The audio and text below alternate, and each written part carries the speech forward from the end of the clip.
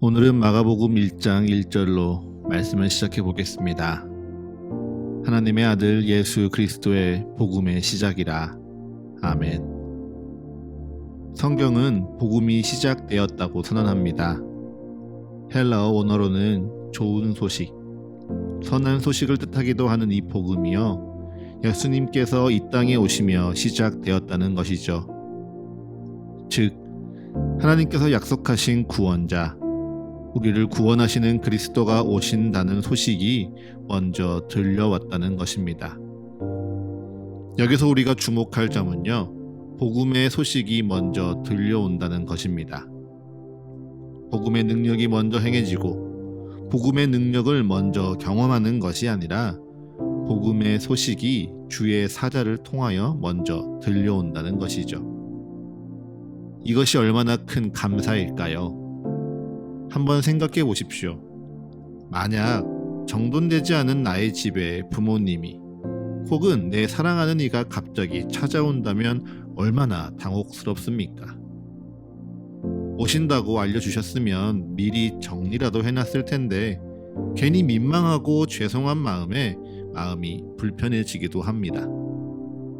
하물며 하나님의 아들 예수 그리스도께서 내 삶에 아무런 소식도 알리지 않고 갑자기 찾아온다면 어떠할까요? 두렵습니다. 내 삶이 정돈되지 않았고요, 내 마음이 정결하지 못한데 주님이 내게 찾아오신다니 나는 주 앞에서 어떻게 보일까 염려되는 게 사실입니다. 그처럼 아직 준비되지 않았고 또 준비하고 있지 않은 우리를 위해 예수님은요, 이 땅에 오시며 먼저 복음이 시작된다 알려주셨습니다. 그리고 그 소식을 먼저 알리는 이를 우리의 앞서 보내시며 그리스도께서 오실 길을 준비하게 하였지요. 이것이 바로 세례 요한의 사명이었습니다. 준비하라.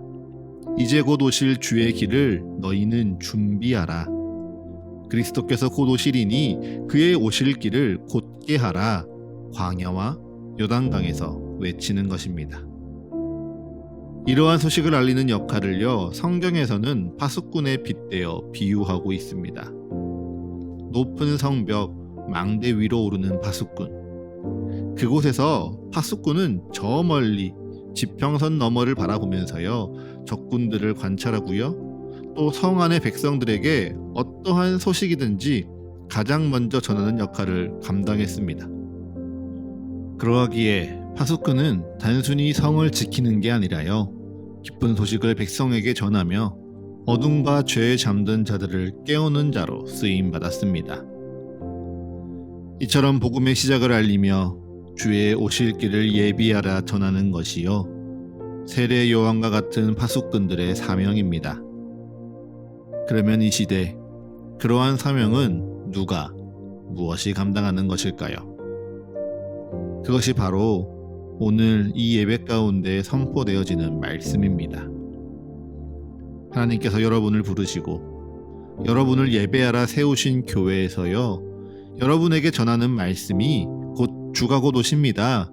그러니 주의 길을 준비하시고요, 주의 길을 곧게 하셔야 합니다. 라는 파수꾼의 외침과도 같습니다. 이처럼 우리를 교회로 부르신 주님의 예배와 말씀을 지키는 시간이요, 우리에게 파수꾼의 외침을 듣는 시간이기에 우리는 그 말씀을 듣기 위해 힘쓰는 것, 그것이 바로 우리가 주님을 기다릴 때 필요한 첫 번째 준비입니다. 주의 말씀을 듣는 것이 준비입니다. 복잡하지도 않고요, 어렵지도 않습니다. 복음이 이제 시작된다는 파수꾼의 외침에 주목하는 것이죠.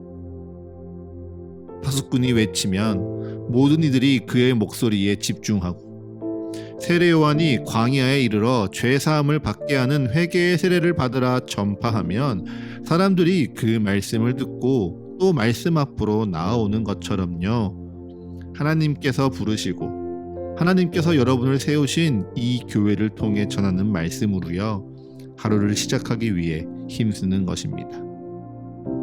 그 말씀을 듣고 또 예배를 지키기 위해 내 삶의 우선순위를 조정하면서요, 말씀 앞으로 나아오는 삶, 그것이 바로 우리가 주님을 기다리며 해야 하는 첫 번째 준비인 것입니다. 이처럼 파수꾼의 외침, 세례요한의 음성, 교회의 말씀을 듣는 것이 우리의 첫 번째 준비라면요, 우리에게 두 번째 준비 또한 있겠지요. 그것이 무엇일까요? 우리 마가복음 1장 4절과 5절의 말씀입니다. 세례요한이 광야에 이르러 죄 사함을 받게 하는 회개의 세례를 전파하니 온 유대 지방과 예루살렘 사람이 다 나아가 자기 죄를 자복하고 요단강에서 그에게 세례를 받더라. 아멘. 세례 요한은요, 주님 이제 곧 오시니 너희는 회개의 세례를 받으며 주가 오실 길을 곧게 하라 외쳤습니다. 그랬더니 사람들은요, 자신의 삶의 자리에서 요단강으로 다 나와 자기 죄를 자복하고 그에게 세례를 받으며 주가 오실 길을 준비하였지요. 그렇다면 우리도 이 말씀처럼 머리에 물을 끼얹고 회개의 세례를 받아야 하는 것입니까? 아니죠. 우리는요, 우리 시대에 맞는 준비를 해야 합니다. 머리에 물을 끼얹고 회개의 세례를 받기보다요, 내 잠자는 마음에 물을 끼얹어 깨우고요, 주님 앞에 진정 회개하는 삶을 살아가야 하는 것이죠. 사랑하는 여러분, 이 회개가요, 주님 오심을 기다리며 우리가 해야 하는 두 번째 준비입니다. 광야에 외치는 자가 세례 요한이, 그리고 교회가 우리 주 하나님의 아들 예수 그리스도가 오십니다. 여러분 준비하십시오. 여러분 예비하십시오. 복음의 시작을 백날, 첫날 알려도요, 듣는 이가 반응하지 않으면요, 그 소리는 아무런 의미가 없습니다. 회개의 세례를 받으라 전하여도요, 그 말씀을 들은 자가 요단강으로 나아오지 아니하면요, 그 말씀을 듣는 이에게 아무 의미도 되지 못하지요. 말씀을 들었다면요, 나아와서요, 말씀대로 회개해야만 비로소 말씀의 능력이 시작됩니다. 그렇다면 여기서 말하는 회개는 무엇입니까? 우리는 회개하면요, 흔히들 죄를 인정하는 것, 죄를 고백하는 것이라 여깁니다. 그래서 마치 고해성사처럼 내 죄가 무엇이고 무엇을 어떻게 얼마나 잘못했으며 누구에게 잘못했는지 일일이 기도하고 고백하는 것이 회개라고 여기죠. 그런데 회개의 헬라어 원어인 메타노이아는요, 죄 고백보다는 마음을 바꾼다는 뜻을 가지고 있습니다. 즉, 회개라는 것이요, 단순히 죄를 인정하는 것을 넘어서서요, 내가 지금껏 잘못하였구나, 그러니 이제 내 마음을 바꾸고 삶을 변화시켜야겠다, 순종하는 삶에 이르러야 참된 회개인 것이지요. 그래서요, 세례 요한에게 사람들이 나와서 자기의 죄를 자복하는 것만이 회개가 아니라요, 이전까지는 주목하지 않았던 세례 요한의 목소리를 귀담아 듣는 변화, 그래서 내 삶의 자리에 안주하지 않고 요단강에 나아오는 결단, 그곳에서 이제 주 뜻대로 변화되기 원하며 세례를 받는 순종이요, 바로 참된 회개인 것입니다. 그리고 이제 2023년의 크리스마스, 주님의 거룩한 탄생을 기다리며 기억하는 우리에게도요, 주님은 동일하게 회개하라, 회개하며 주 오실 길을 준비하라 말씀하시니 우리는 무엇을 회개해야 하는 것일까 주목할 필요가 있습니다. 그 질문 앞에요, 이사야 40장 1절의 말씀을 읽어보겠습니다.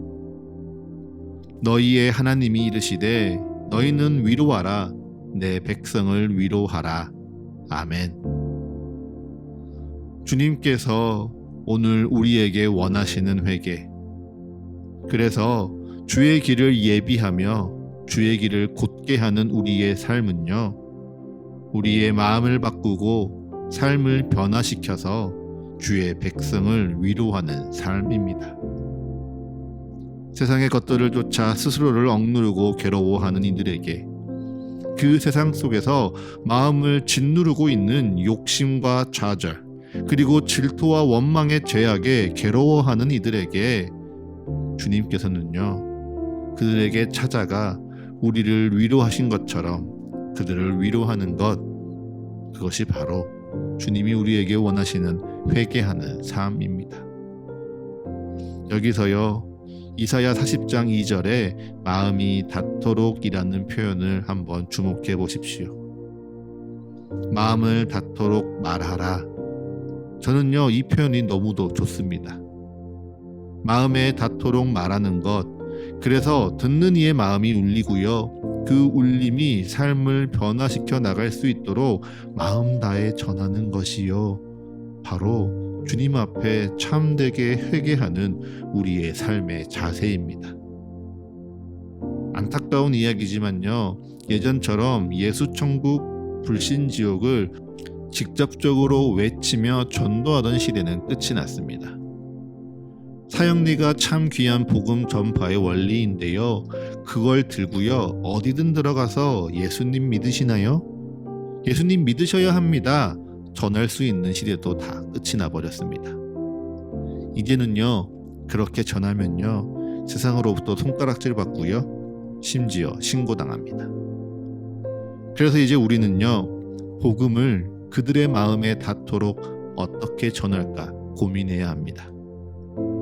내가 주님을 사랑하니까 예수님 믿으세요 말하는 것에 그치는 것이 아니라요, 내가 정말 주님을 사랑한다면 어떻게 하나님이 사랑하시는 이들에게 주님이 당신을 구원하시기 위해 오셨다는 이 기쁜 소식, 이 아름다운 소식을 전할 수 있을까 고민하고, 그래서 내 삶을 준비하고 변화시켜 나가는 것이요, 바로 회개하는 삶입니다.